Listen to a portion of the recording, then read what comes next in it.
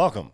Crack open a tepid Genesee, watch the pictures as they travel through your neighbor's Wi-Fi. It's the Rees Company. I'm Steve Rees, the bull of American broadcasting, alongside the great Chris Morganti. How are you, Chris? I'm good. A lot of people may be wondering just exactly who we are. Okay. Because I realize a lot of people have been watching the shows lately, and they hear us talking about TV movies. Perhaps that's why they come here. Right. They want to hear our take on these things, or they just want to relive the nostalgia. There's that aspect of it. Sure. They remember these films. They want to hear us discuss it. But they don't necessarily know who we are. No. Why would they? Yeah, so we've never actually provided a template, a primer, if you will, for who we are, how we got here, and just what we're trying to pull. So let's tell the folks, let's start back at the beginning. We met about 20 years ago, you and I. Yeah. Doing stand-up comedy. Yep. And I remember my first night doing stand-up, you did a character called the 50s comic. Yeah. That was something I did back in the day. I did a few characters, and that was the only one people would actually hire me to do. I would do the others, and they'd be like, "What are you doing?" But yeah, that one people liked. So the 50s comic got you work. Yeah. What was it about the other characters? Can we talk about one of the others? There was Jesus. There was Jesus, which I did that more in gigs I wasn't getting paid because, nobody ever got mad at me for dressing up like Jesus and telling dirty jokes, but it wasn't always well received. And that I ended up writing a screenplay with our friend Dan Goodman involving that character. So it turned into something great. But when I would do it stand-up wise, it never really worked. Well, comics always loved it. Yeah. You had one other character that I can remember. Do you want to talk about this one? Yeah, I just took my girlfriend at the time. I just took a dress that she had and it fit me. And I put a wig on and I called myself Susie Rottencrotch or something like that. Yeah. And yeah, same thing. It's just a guy with a beard and a dress, which to me, I grew up as a Monty Python fan, so that was always funny to me. Right, up your alley. But not well received.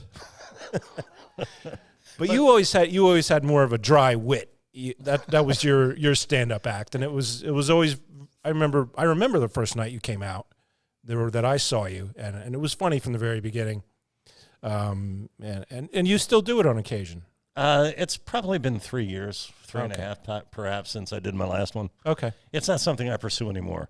Once I started doing a podcast, this was always my goal, to be in, I guess, radio or television. Yeah. And this new medium appeared, and it seemed perfect for me, and I embraced it. And for 8.5 years, you and I were a part of a program. Started out called the Eric Toddcast. Right. Became the Passive Aggressive Hour. Yeah. And eventually that ended, and we started doing this. Yeah, we started doing a show here at the Oak Lane Skunk Works, and we had a bit of a rocky beginning here with this show, which is why you won't find our early episodes. Yeah, that's kind of an understatement. For the first 6 months, no microphone was turned on. Yeah, there were a lot of technical issues, and also Steve and I were kind of feeling our way through what we wanted. We knew what we wanted to do. We just weren't sure the exact roadmap, how to get there. Yeah, we had a sense of what we wanted to provide an audience. Yeah. We just didn't know exactly what the theme, because a lot of shows have a theme. We had no sense of a theme. Right. We had personality. We have a rapport.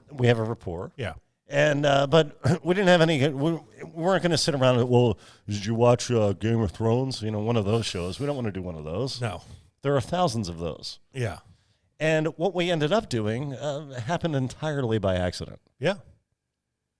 I think one night you just said, "Hey, how about we talk about this movie on the next show?" And I don't remember what it was. Now, see, I remember it differently. I remember texting you, telling you I was watching this ridiculous TV movie. Oh, okay. And you said, "I'll watch it and we'll talk about it on the show." That's okay. Then you're right. So this whole thing was your idea. Oh, okay. Blame it on me. Sure. And that was Deadly Justice. Oh, okay. Was the film. Right. Otherwise known as The Rape of Richard Beck. Yes. Yeah. Which became a buzzword on our show now. Right. Well, you have to be careful now. Content warnings. We don't want to trigger anybody. Right. So obviously that term, the R word, one of the R words. Yeah. The other R word. Is it better suits us to call it Deadly Justice, because that's what whatever studio produced that picture decided it should be called. Yeah. for the international market. Right. Yeah, so then we just kept rolling with that, and now we do a movie of the week on every show. But we try to do a lot more than that.